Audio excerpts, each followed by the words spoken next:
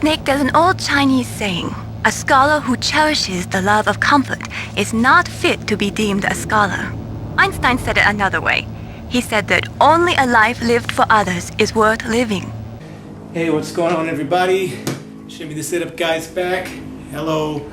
It's sundown now. It's about 6 o'clock, and you know what that means. It's time to hit the beach and play a little bit of volleyball. Ooh. Hope the neighbors didn't hear that downstairs, huh? I should be better at bumping by now, right?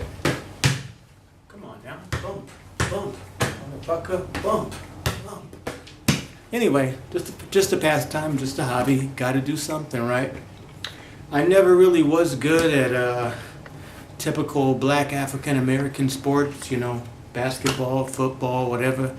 I don't have the height or the width or the girth or the strength or whatever for all those, can't do all that behind the back. I can't do that nigger shit too good. I'm just not good at dribbling the ball as good as I see. I can't do that shit. I like white people sports. So anyway, yeah, I'm gonna get my knee pads and go hit the beach. I wanted to point out something to you guys too, though. For those of you that don't know, the Sit Up Guy show, the Shimmy show, all this stuff that I do here in front of the camera, it's all really voluntary. I'm not obligated to do this for anybody except for myself. It's basically non-profit. It's something that I'm doing just for the fuck of it, really. And if I can monetize it, so be it. But I'd probably be doing it any goddamn way. I like listening to myself. I like watching myself. And what I really enjoy is looking back at myself years from now. I want to look back and play this stuff back and just watch myself progress, you know, because life is worth living and it's worth recording, in my opinion. So maybe I'm just one of those people that likes to hear myself talk. But real talk, something to consider, folks. Most people go through life being like worker bees, meaning they might work an office job, or you might have like a manual labor job. Maybe you're a security guard, maybe you're a construction worker, maybe you sit at a desk, maybe you drive a car, drive a bus, fly an airplane. I don't know what the fuck you do for a living, but whatever you do doesn't necessarily define you. You know, whatever your profession or occupation that allows you to buy noodles and live in your little apartment, house, condo, trailer, or whatever you fucking hut, or whatever you live in, that doesn't mean that's what you do. That doesn't make you who you are. But I really do encourage all of you to go and make something for yourself. Build something for yourself. I don't care if you write your own songs, make your own movies, paint a picture, learn a martial art, do whatever, but do something unique and original for yourself that you can actually have some kind of work for yourself, if you know what I'm getting at. Have an album, have a book, have a fucking art collection, have something that you created voluntarily on your own free will, utilizing your own like skills, talents, and whatever. Because at the end of the day, at the end of your life, when you look back and say, what the fuck did I do? Your last thing you want to do is say, well, I worked for 10, 20, 30, 40, 50, 60 years for whatever. To me, nothing is really more disappointing when I go to like a retail store and I see a cashier and they have a little badge on that says like, hi, I'm Debbie. I've been serving you since 1974 or something. You know, they've had the same job all their life or whatever. Unless that job is actually what they really wanted to do, they might have wanted to play the guitar or the flute or whatever for a living. They might have wanted to be a ballerina, but they ended up being a cashier, and that's all that people will know them for. So whatever your hobbies, skills, talents, and whatever you freely want to recreate on your own and do, that's what I think that people should spend more time focused on doing. That's all. And you might not be the best at what you do, but since it's what you enjoy doing, you should do it anyway, you know? So don't let your occupation define you, is all that I can say. And try to build something for yourself. Make some works for yourself, because like I say, when you look back at things 5, 10, 20 years from now, you want to say, hey, I did some really cool shit back in whatever, check this out, you know? So that's my best advice I can give you people. I don't like seeing when people go through their life and then look back and have regrets. So I'm not going to be one of those people. I'm going to always keep making shit, publishing shit, uploading shit, so that I have a whole fuckload of shit out there, you know?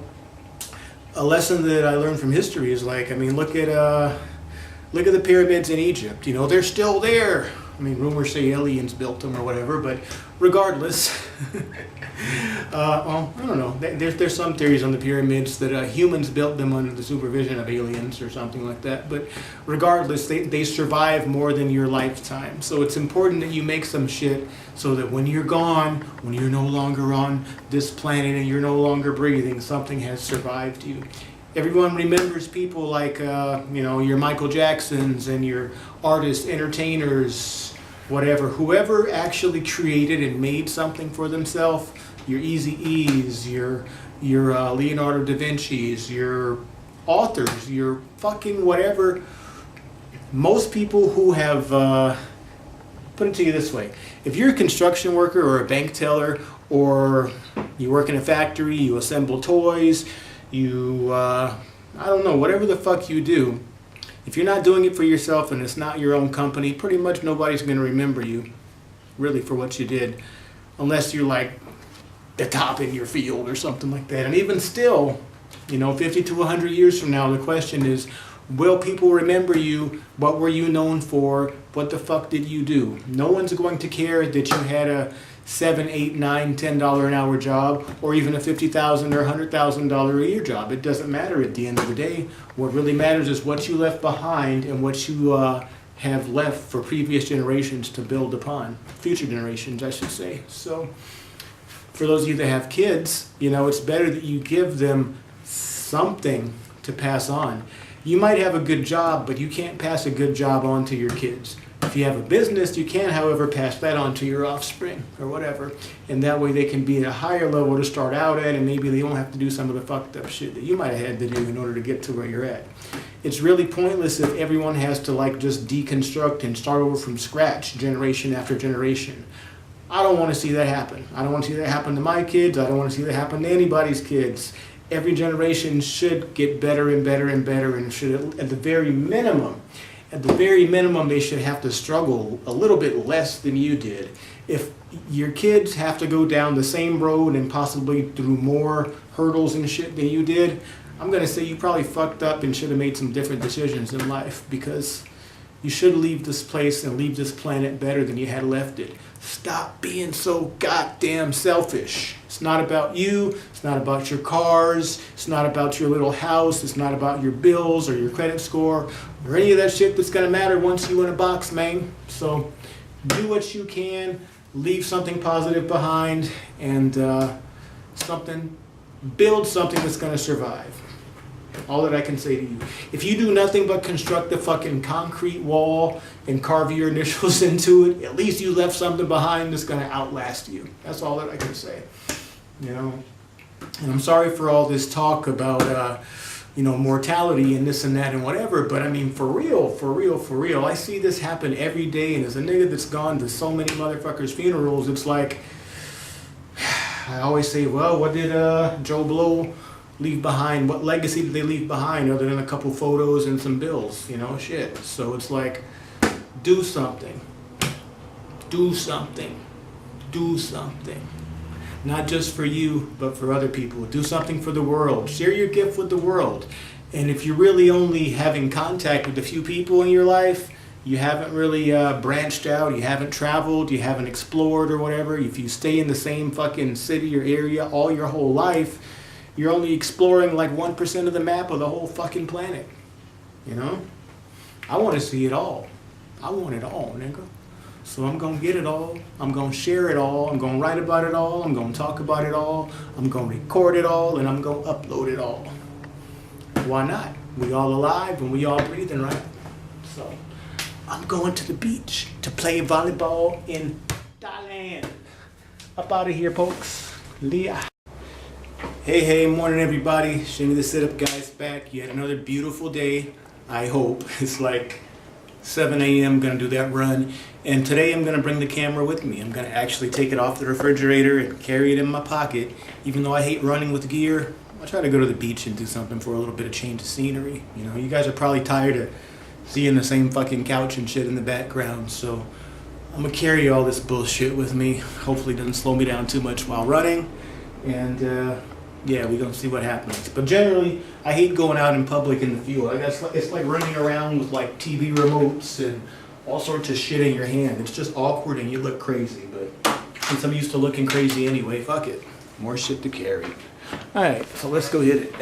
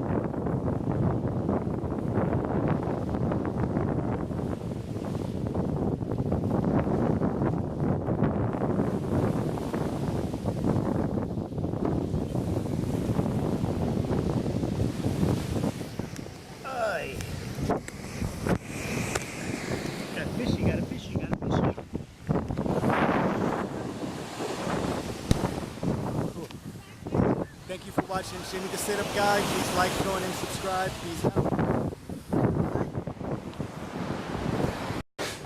Hey everybody, Shimmy the Setup Guy, back once again. I'm back, motherfuckers. SitupGuy.com. Hey, just got back from the grocery store, still in Pattaya, Thailand, if you guys can't tell. Same apartment, obviously. Today, I left the house with 1,000 baht, and I spent 490 baht at the grocery store. The conversion on that, I believe, what is that, like $12? I gotta find out. Basically, a week worth of groceries, and, come on, where's my converter at? I don't have my currency converter out. But anyway, I think 1,000 bahts around, it's less than $30, so I spent less than $15 at the grocery store. I spent between like 11 to, somewhere between 11 and $14. I like to be exact though. But anyway, got my 3 bags of stuff, and they even gave me something for free. I never get anything for free. I don't know what the fuck it is, but the cashier says you spend money that's free. And it looks like it's a coffee mug or a baby thing. It's pink and blue, but it's got pictures of cocktails on it. And I got it for free, motherfuckers, so I'm taking it home. Oh wait, it says on the bottom, mocktail mini cooler. But it looks like something for kids, but I'm gonna drink it anyway. So when you see this around my house, I love free shit and I love stuff that has a story behind it. So I can always say I got this for free in Thailand. They say nothing's free in life. Well, I did. I got a free mocktail holder. So the store, let's run through what I got here if you guys can see what I'm doing. How far does $11 to $12 go in Thailand? Well, tea pole dish soap, 10 bahts. Pre-sliced pineapple cut up, 30 baht each, 2 packets. I eat like maybe 1 pack, and I'm hungry enough, I could eat 1 whole pack right now, but usually 1 pack will last 2 days, so 1, 2, 3, 4 days of food there, snacks around the house, gotta have fruit. 14.50 snow peas, I hate vegetables, but I gotta have them with the noodles. Everything I bought here is basically accessories for cooking noodles, so got the snow peas for that, 13 baht soy bean sprouts. Is that what it says? Yeah, soya bean sprouts. Cook them with the ramen noodles or whatever too. We're doing it restaurant style. Kind of expensive were limes. Anything with citrus in it is rather expensive in Thailand, which really doesn't make any sense at all to me because it's a hot climate. I know they could grow oranges and shit like that if they wanted to here, but 28 baht for 4 limes. They call it a lemon, but look how tiny they are. Come on, guys, come on. So, well, you can't import limes from the States, I don't think. So those are kind of expensive here, and so are oranges, by the way. And grapes, fuck, if you want grapes, they're super expensive here. They actually import them from California. Strawberries as well, too. I can't believe they have American produce in their stores. That's great. So now into the meat of things. We got 3 packets of our chicken breast already sliced up. I know at home I usually buy it already slimmed up, but I mean, this ain't too bad. 27 baht. 28 baht and 28 baht, so 30 bahts each. This is like about $1 per packet. I mean, come on. So that's gonna last me for each pack 2 days. That's 6 days worth of meat. 6 days worth of meat for roughly $3. Can't beat that. 30% mango juice. It's really hard getting anything around 30 or 40%. So if I see it that high, I buy it. It's good, 30%. I don't know who makes it, but it's the best brand that I could find. I can't understand what that shit says on the package, but 30% is all I need to know. It's official. Snick Snacks, these are like a quarter, 25 baht. Peanuts, can of peanuts with the funny little guy on the cover. More peanuts, different flavors, snacks, salty shit. Even more chili lime peanuts, a big packet. I think these are like 40 bahts or so. A little over $1 for that. And lastly, 3 packets. If I got 3 packets of chicken, I got 3 packets of it's like curry powder spice stuff. You just add it with the chicken, and 1 with pad thai. So basically, and the #1 staple, only 55 baht, about $1.50. I got a 10 packet of the best noodles. I don't know what it's. What did it say on there? Tom Yum Moo Gung flavor, whatever the hell that is. But I go by this. It has a little award on the bottom, and I'm a real sucker for advertising and marketing, but it says Thailand Best. There's like 100 different varieties of noodles in the grocery stores, so I picked the one with the little seal of approval on it, thinking that, well, if somebody co-signed it, it can't be that bad. So this is a different brand of what I got. Mama, it's what they sell in 7-Eleven. So if you ever come to Thailand and you want ramen noodles, don't ask for top ramen, ask for mama. Don't say mama, say mama. Mama. So all this stuff here on the table, show you guys here, roughly $11. And on $11 in the grocery store in America, you really can't get shit. I think one packet of meat cost me like $6 or $7 last time I went to the store there. So there's a week worth of food for $11, and that's how you live in Thailand and eat good, eat healthy.